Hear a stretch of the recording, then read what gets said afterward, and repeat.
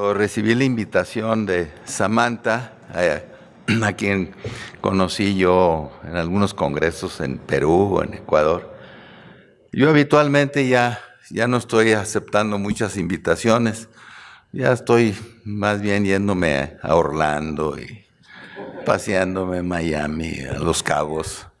Sin embargo, cuando vi que en el programa estaba Henry Gómez y estaba Luis Raez, que son unos grandes amigos míos peruanos, dije, bueno, vamos a platicar. Y como es cáncer en la mujer, tengo una plática que siempre la he disfrutado mucho, porque es pudiéramos decir, una creatividad mexicana, rompiendo un paradigma, así como mencionaba Enrique hace rato, de romper paradigmas, ¿no? No quedarse uno con la idea de que ya está todo hecho y bueno, pues porque lo dijeron en el Anderson, en el Memorial, Egermon aquí, ¿no?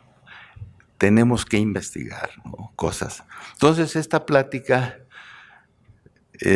tiene algunos aspectos históricos relevantes. Le he dado muchas veces, y no nada más en México, a las sociedades. Hemos andado en Europa, en España, en París, en fin. Es una plática que es importante para nosotros, sobre todo los médicos mexicanos. A veces hay pocos reconocimientos, pero es una plática de unos 20 minutos, no les voy a tomar mucho tiempo. La siguiente.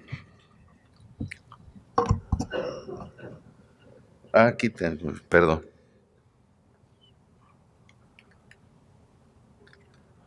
¿Cuál es? ¿Cuál es? A ver, antes. Bueno. Esta es la primera, perdón. Ok. Esta es la flecha. Ok. Muy bien. Ah, es la otra, doctora. ¿Qué pasó, doctora? Los radioterapeutas o radiooncólogos siempre han estado contra los oncólogos médicos, ¿eh? Bueno, esta es una historia y el cuadro clínico a 48 años, como les mencionaba, de romper un paradigma, ¿no? Y esta es una contribución mexicana, afortunadamente reconocida, ¿no? El cáncer inflamatorio es el cáncer de mama más agresivo que tenemos, ¿no? Y nada más como parte de la historia, por supuesto, es que ya se había descrito por Charles Bell, vean ustedes, en 1814, como un tumor de la piel de la mama color púrpura, acompañado de dolores agudos, severos e intermitentes. Y vean ustedes el diagnóstico diferencial, ¿no? Bueno, los síntomas primero es enrojecimiento, edema. Tenemos algunos dibujos aquí a mano derecha, pacientes nuestros, piel de naranja, calor en la mama, dolor al palparlo y ganglios axilares prácticamente en todos los casos positivos. Y el diagnóstico diferencial es importante, ¿no? Porque el diagnóstico temprano de cáncer de mama inflamatorio es fundamental para ver la posibilidad de una respuesta y prolongada, ¿no? Por años, ¿no? Entonces, mastitis, absceso, ectasia ductal, celulitis y linfoma. Nosotros tratamos una paciente con un diagnóstico de carcinoma inflamatorio que se le administró la quimioterapia, que son medicamentos que usamos también para linfomas. Tuvimos una respuesta completa, pero una revisión posterior fue que el diagnóstico en realidad había sido un linfoma, ¿no? Entonces, y bueno, los abscesos también, ¿no? Afortunadamente es un tumor poco frecuente. Vean, en Estados Unidos menos del 6%. Y nosotros tenemos un estudio que hizo la doctora Claudia Arce del 5%, ¿no? y aproximadamente la edad media es 53 años y mayormente en pacientes posmenopáusicas. Historia.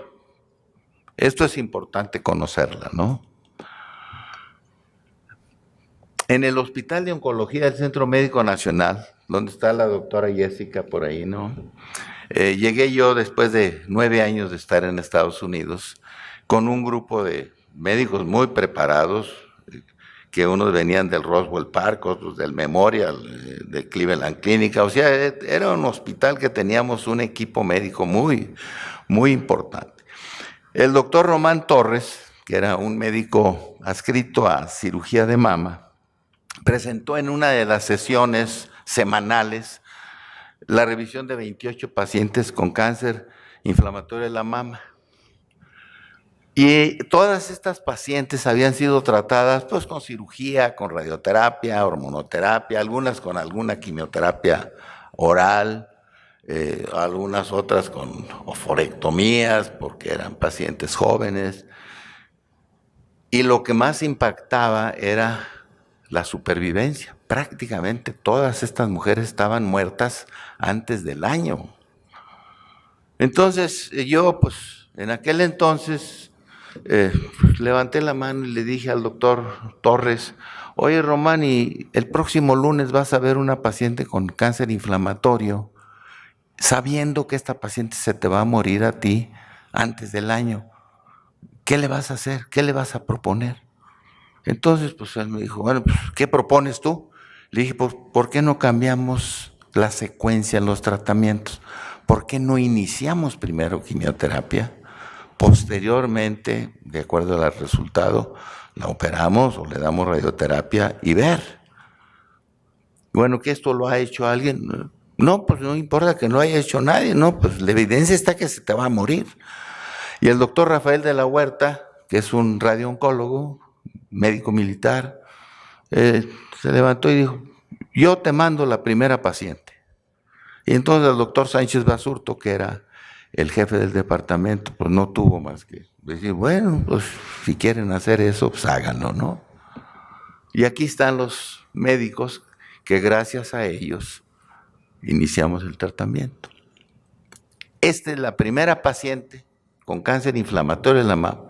Y puedo decirles, en el mundo, que se presentó así, que me la envió el doctor de la Huerta. Se le administró quimioterapia con 5-fluorouracilo, que no teníamos doxorubicina. Estamos hablando de hace casi 50 años, ¿no? Y con fluoracilo solo, con una carga de 5 días y luego semanal, a los 3 meses, una respuesta clínica completa. Claro que no faltó alguien que dijo, no hombre, pues esto era una mastitis, una inflamación, le diste antibióticos, ¿no? Porque siempre sobran esas gentes, ¿no? Sin embargo, esto convenció mucho. ¿Y qué sucede? Que venía un médico del MD Anderson, George Blumenthal, muy amigo mío, que los invitábamos a que vinieran a México a dar pláticas, y le platiqué yo en un restaurante ahí por Insurgentes, en la Góndola, me acuerdo todavía, que ya no existe. Le dije, oye George, fíjate que estoy viendo yo, ya tengo 3 pacientes con cáncer inflamatorio de la mama, que les estoy haciendo esto. Primero quimio, y después radio o cirugía, de acuerdo a la respuesta. Y las respuestas han sido así, así. Este cuate se me quedó viendo y dice, oye, pues eso, ¿quién lo ha hecho? No, pues este se va a Houston. Y ellos tenían doxorubicina. Entonces los resultados fueron todavía mucho mejores. Y lo más triste es que nunca nos dieron crédito a los mexicanos. Entonces, decimos muy bien que si tienes un, como dice, secreto, a todos los jóvenes que están aquí, que están haciendo, el doctor Vargallo que estaba aquí, que hagan algo diferente con resultados, pues cuéntatelos a ti mismo, ¿no? No se lo cuentes a nadie hasta que lo publiques, ¿no? Afortunadamente yo lo presenté en un congreso en Denver, Colorado. en un proceedings, en las cuales ahí presentábamos nosotros que teníamos 6 pacientes con respuestas clínicas completas, clínicas, ¿no? Y 10 pacientes. Y este es el trabajo de ingreso a la Academia Mexicana de Cirugía, que también lo publicamos. Publicados en 1976. El MD Anderson publicó sus resultados antes, pero el inicio de los pacientes fue de 1970 y ellos ingresaron los pacientes en 1973. Pues ya esto es importante, ¿no? Aquí nada más para decirles, el doctor Ortovalle en ese entonces no estaba en el Anderson, no estaba, él estaba de residente. Y la doctora Sandra Swain es una que fue presidente de ASCO, es la que más quizá haya publicado sobre carcinoma inflamatorio de la mama. El doctor Ortovalle en un congreso en París, que era el presidente junto con David Cayat, me invitó a mí para presentar precisamente, y me puso de coordinador en un simposio sobre carcinoma inflamatorio de la mama. Y ahí estuvieron varias gentes, ¿no? Estaba Sandra Swain precisamente, ¿no? Y aquí está mi presentación para que no digan que fue puro cuento, ¿no? Aquí está la foto, ¿no? Cuando termino yo la plática, la doctora Sandra Swain me dice: oye, doctor de la Garza, ¿tú estás diciendo que ustedes en México fueron los primeros? Sí, efectivamente.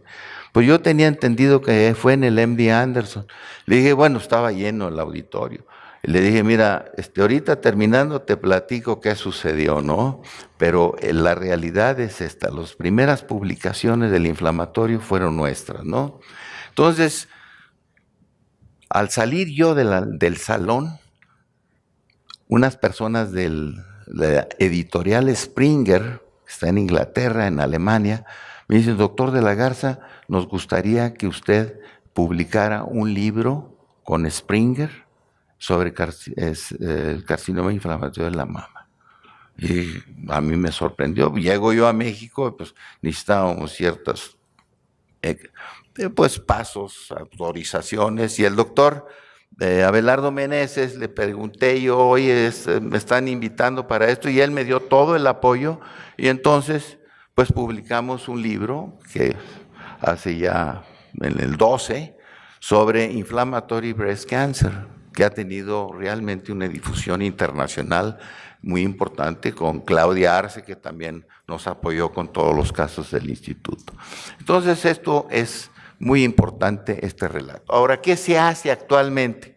Pues yo ya no veo pacientes, ¿no? Yo ya me dedico a otras cosas. Después de 50, 60 años de estar viendo pacientes, pues llega el momento que te cansas, ¿no? Digo, pues, que darle la oportunidad a la gente. Pero he hecho revisiones, ¿no? Entonces, ¿qué es lo que se hacen? Pues combinaciones estratégicas de quimio, o sea, multimodal. Todo hay que darle al tratamiento, estos tratamientos a un carcinoma inflamatorio de la mama. Y estas son las combinaciones.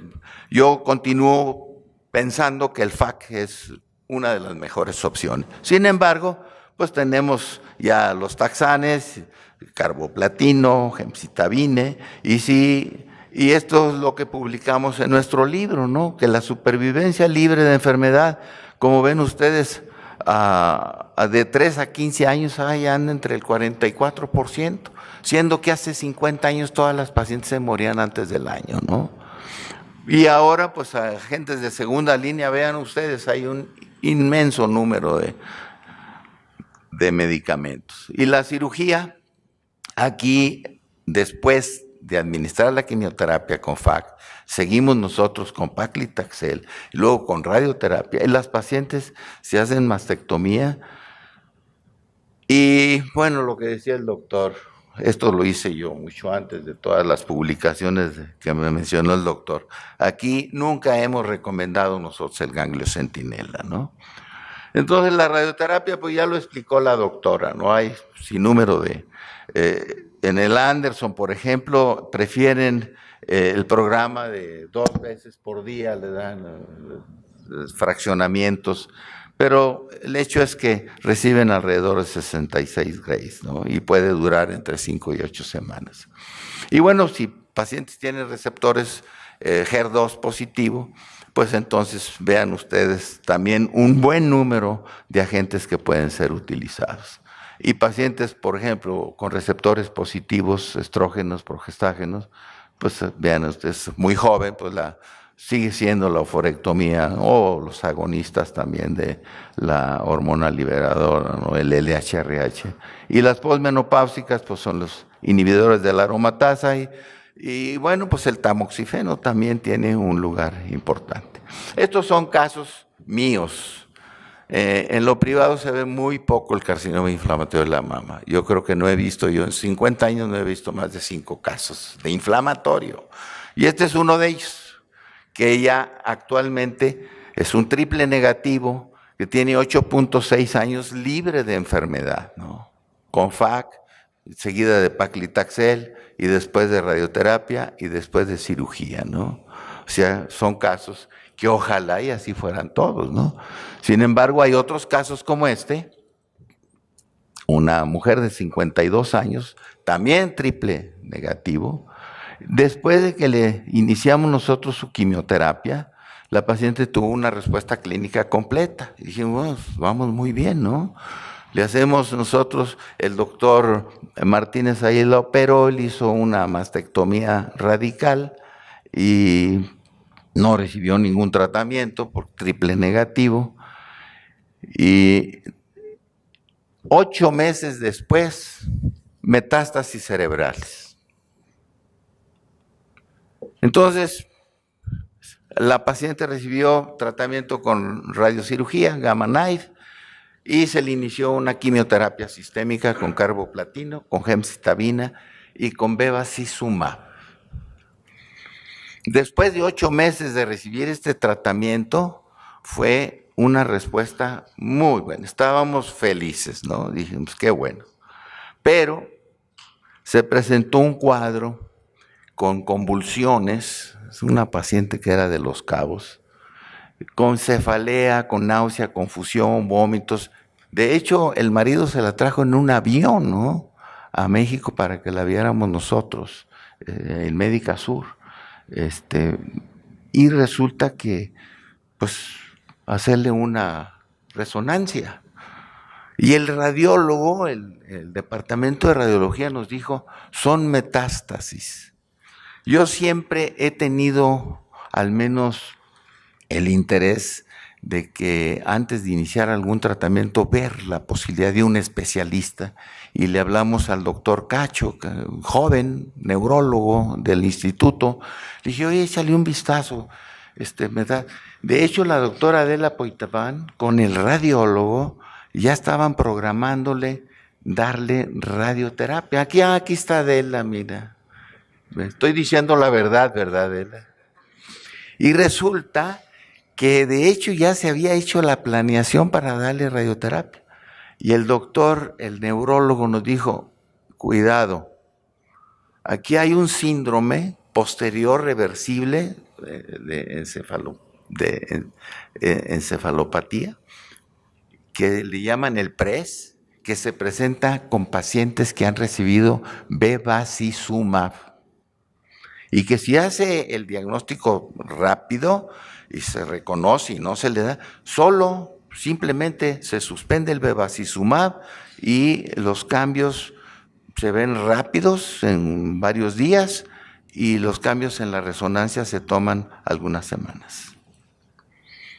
Esta fue el diagnóstico con el que el radiólogo nos dijo que eran metástasis. Y este es el síndrome, este es edema, es agua, no es tumor. Entonces aquí es muy importante para, sobre todo los jóvenes que utilizan bevacizumab, tengan presente esta situación. Bueno, ya lo más reciente, aquí es importante, es un estudio de Anderson. Vean ustedes que con el estudio de panitumumab el nab-paclitaxel, carboplatino, seguido de fluoracilo, topósidos, ciclófosfato.